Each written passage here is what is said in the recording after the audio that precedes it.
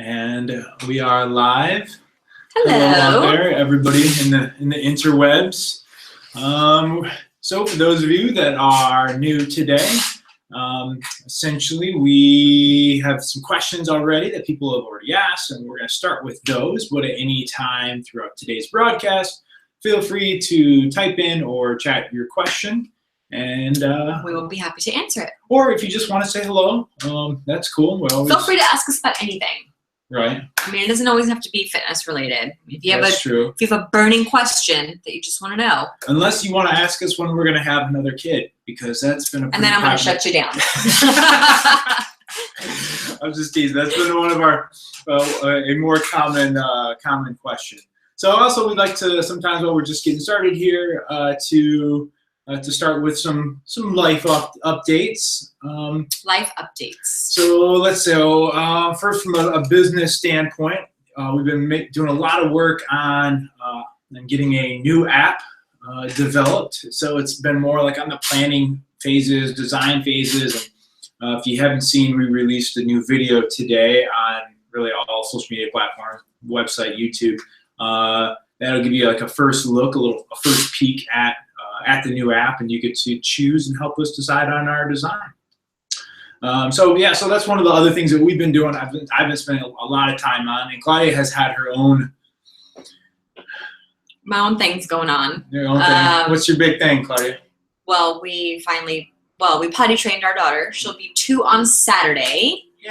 Happy birthday, Ale. So she's just so smart. We just found it was the best opportunity to get that.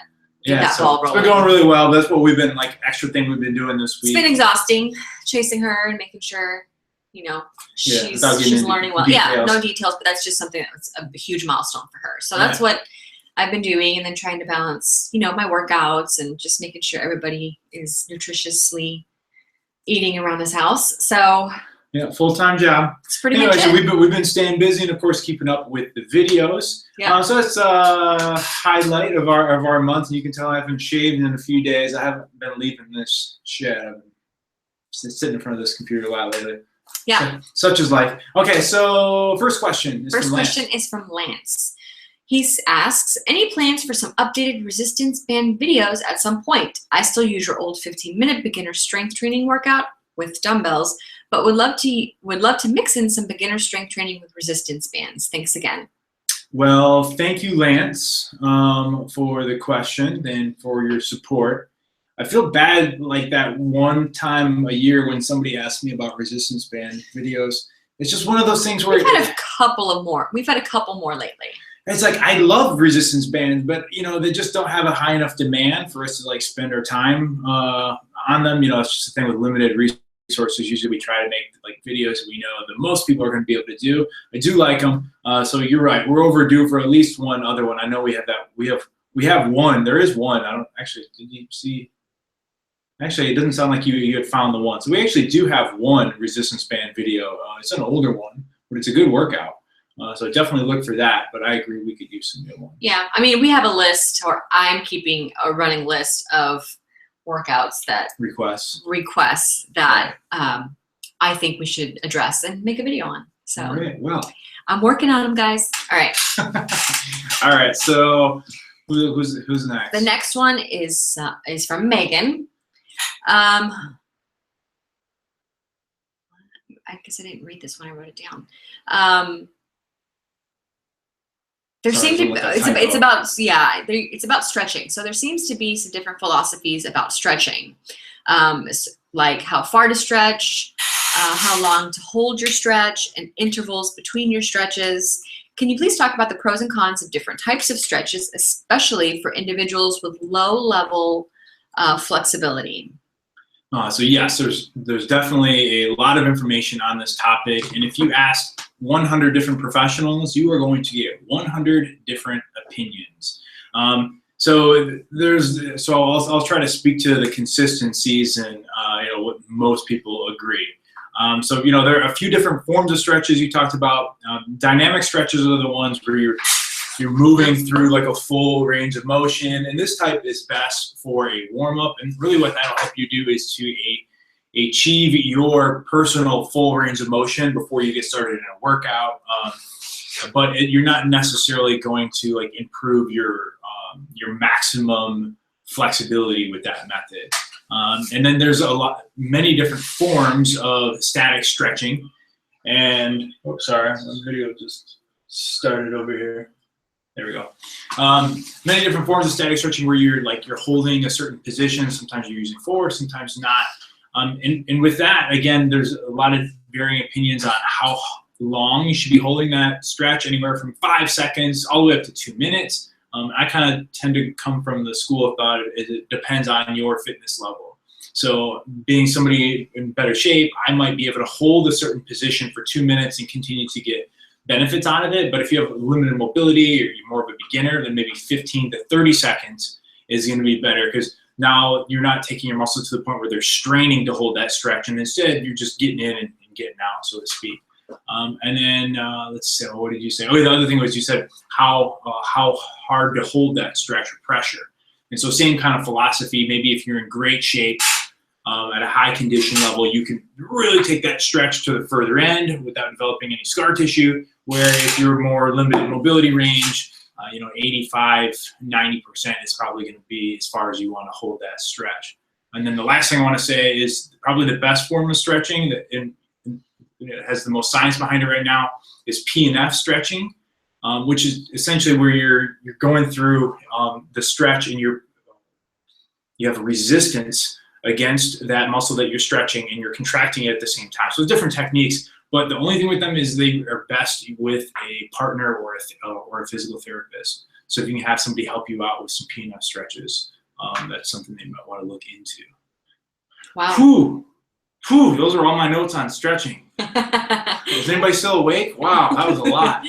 I know, but I mean, again, there's so much on that topic. I know. It's hard to It's hard to get the best highlights of those stretches, and all right, let's see if it's hard. Okay, so I'm gonna let Claudia go next. Okay. Let's Layla. Mm-hmm. Layla, I started your foundation plan, which is our beginner plan, a month and a half ago, and I love it. My question is, I haven't seen the scale move very much, but I do notice my clothes fitting more loose. Should I continue to lose weight, or should I continue to weigh myself? I'm sorry. Okay. That's a very good question. And a very common one. You're not the only one in that set of circumstances. I think when people first start a fitness routine of any kind, they're so eager to see the scale move. And that's not always going to happen, especially in the beginning. Well, it also just depends on your starting point too. So we like to say, stay off the scale altogether. Totally. Because it can really mess with your mind, and we don't want any of that to happen. So the best way to measure your progress is a couple of different ways. The best way to do it, one of the best ways to do it would be to actually measure your progress. So body circumference measurements about every 2 to 4 weeks. So that'd be arm, chest, hips, waist.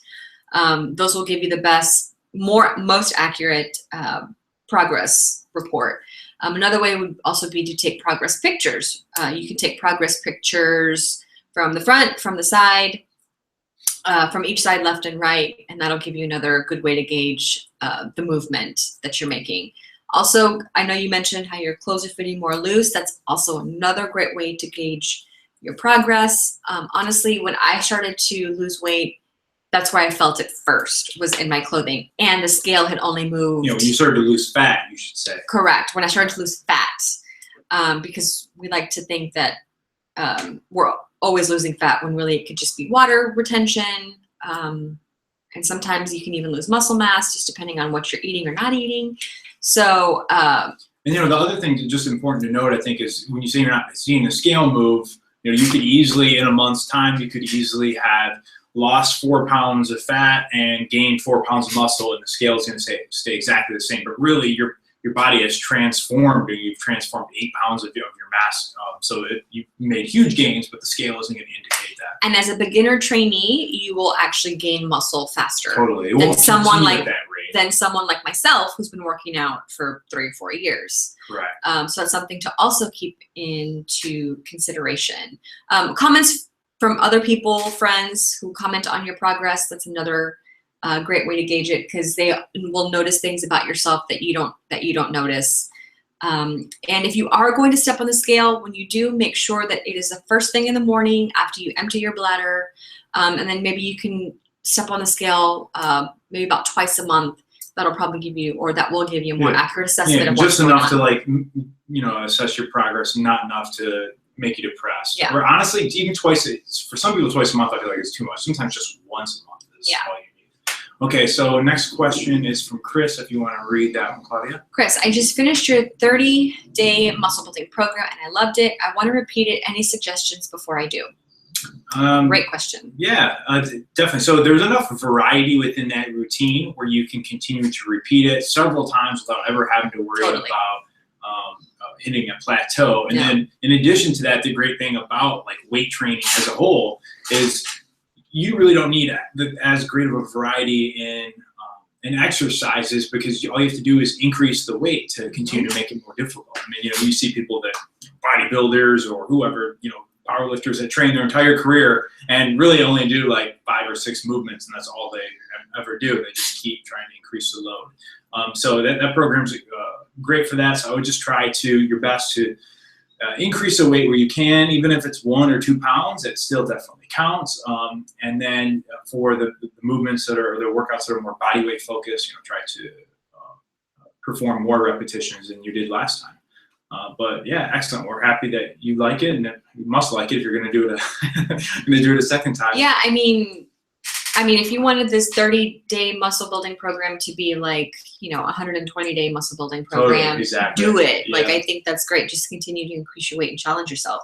Yep, exactly. Good question. I'll ask the next one.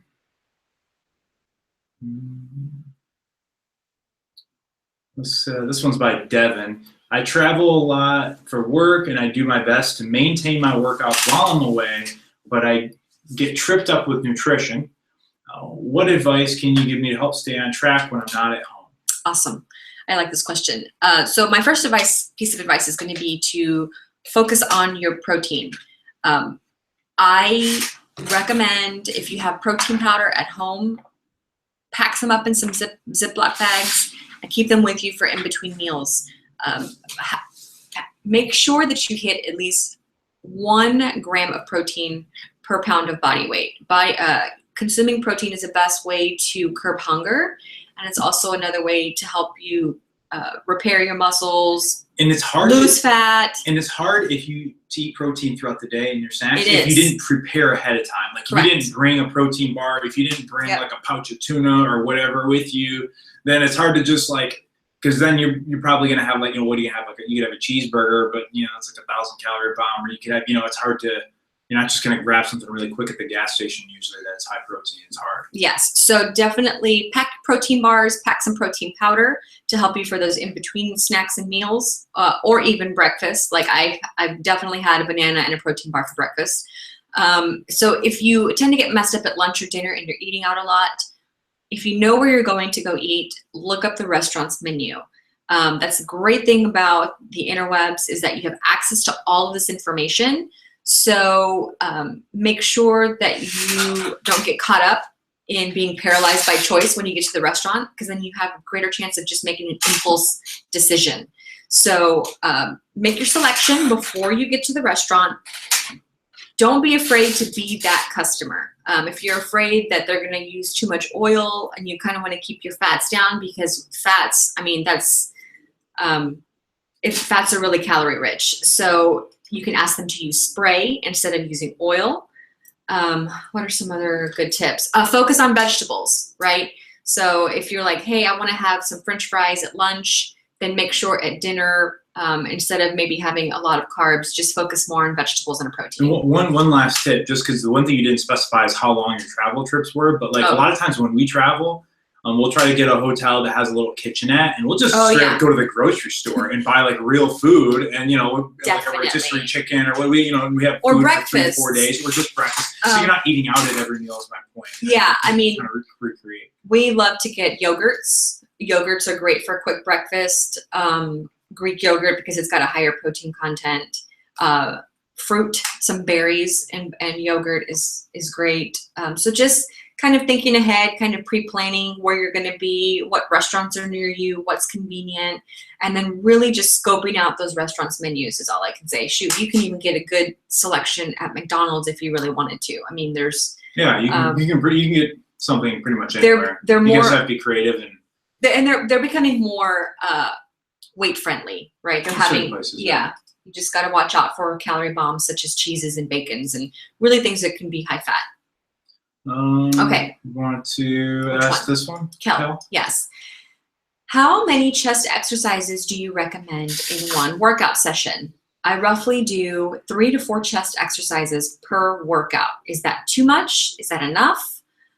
Thank you. You guys are revolutionary. Oh, thanks, I Kel. think you're giving us a little too much credit. Too much credit, but thank you. Amazing? Yes. Revolutionary? Amazing. No, I know. Okay, so I love this question, and I think we love all these questions. But We do. we get so many questions that it's nice to answer some like the more popular questions because we're hoping that they will apply to more people. So anytime I get any like, what are the best time to work out questions? What's the best exercise for this? What's the how many of these do I need to do? I basically my response is very similar, which is you're asking the wrong question. So really what you should be thinking about in all these terms is how much workout volume do I need in total? Or like on, let's say, a rolling 7-day. So you ask how many chest exercises per workout. Really what you want to be asking is how many total chest sets do I need to do in a week? So if you're doing like total body workouts where you're like working multiple, working head to toe in one workout, and every workout you're working out like that, well, in that case, you only need between 3 to 6 sets per individual workout. So not 3 to 6 individual exercises, not 3 repetitions, but 3 complete sets where so a set is defined as anywhere between, let's say, 5 to 15 reps. You rest and then you go back. So 3 to 6 of those per workout. But if you're doing like a chest day, or so you have a split routine where all you're doing in one day is chest, then you're going to want to do between 25 to 30 sets in that one workout. So really the difference is in the week, you're doing the same amount of sets, right? It's just a matter of how are you splitting those up, a little bit each day or all in one day. So again, it's not about how many individual exercises. I mean, to achieve those same sets in your week, you could do just the same exercise and do nothing but push-ups. Or you could do, one set of 10 different exercises. So it really is about mixing it up and then understanding how much volume do you need in the entire week. And so that applies to not just your chest, but that applies to really to fitness as a whole. So if you're a beginner, you're going to need less volume. Depending on your goals, you may need more or less volume and intensity. All right. Interesting. All right. Who's next? Let's see here. I will ask this next one. Is from Rami. Rami asks, any tips on working out, eating during Ramadan? Which is, I think, a good question because it's definitely a challenge. I mean, and for those of you that don't know, it is a period of fasting in the Muslim faith between sun up to sundown. So that's high level, and so because you're not eating or drinking during this time, so it can be hard to get the right amount of nutrients in. It can also be hard to have energy to exercise. Oh, totally.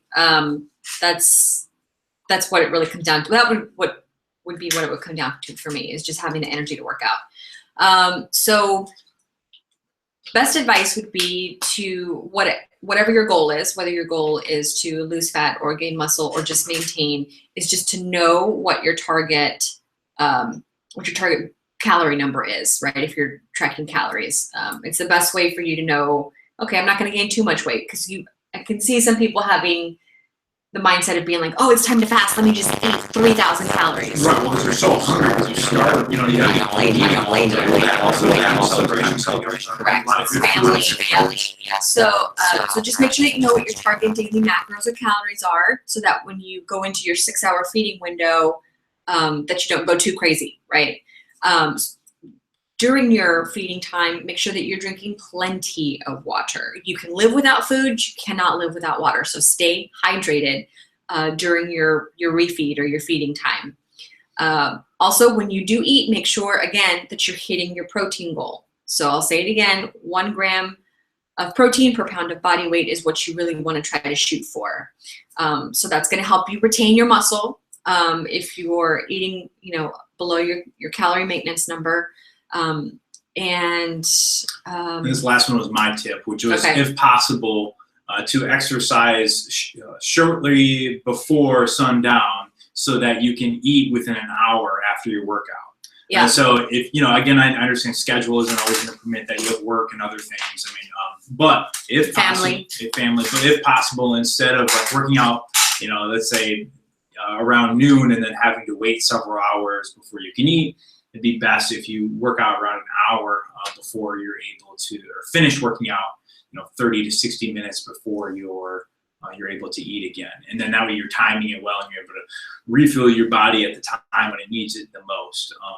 So just a few tips. Okay, let's see. But we've actually have gotten that question a lot. So thank you so much for asking that. Yes, we have. Something we've been meaning to address. Yes. Let's see if we have any other. I think that's the extent of our preloaded questions. Anything else? No? I don't have anything else. Loving all your feedback. I answer all the comments.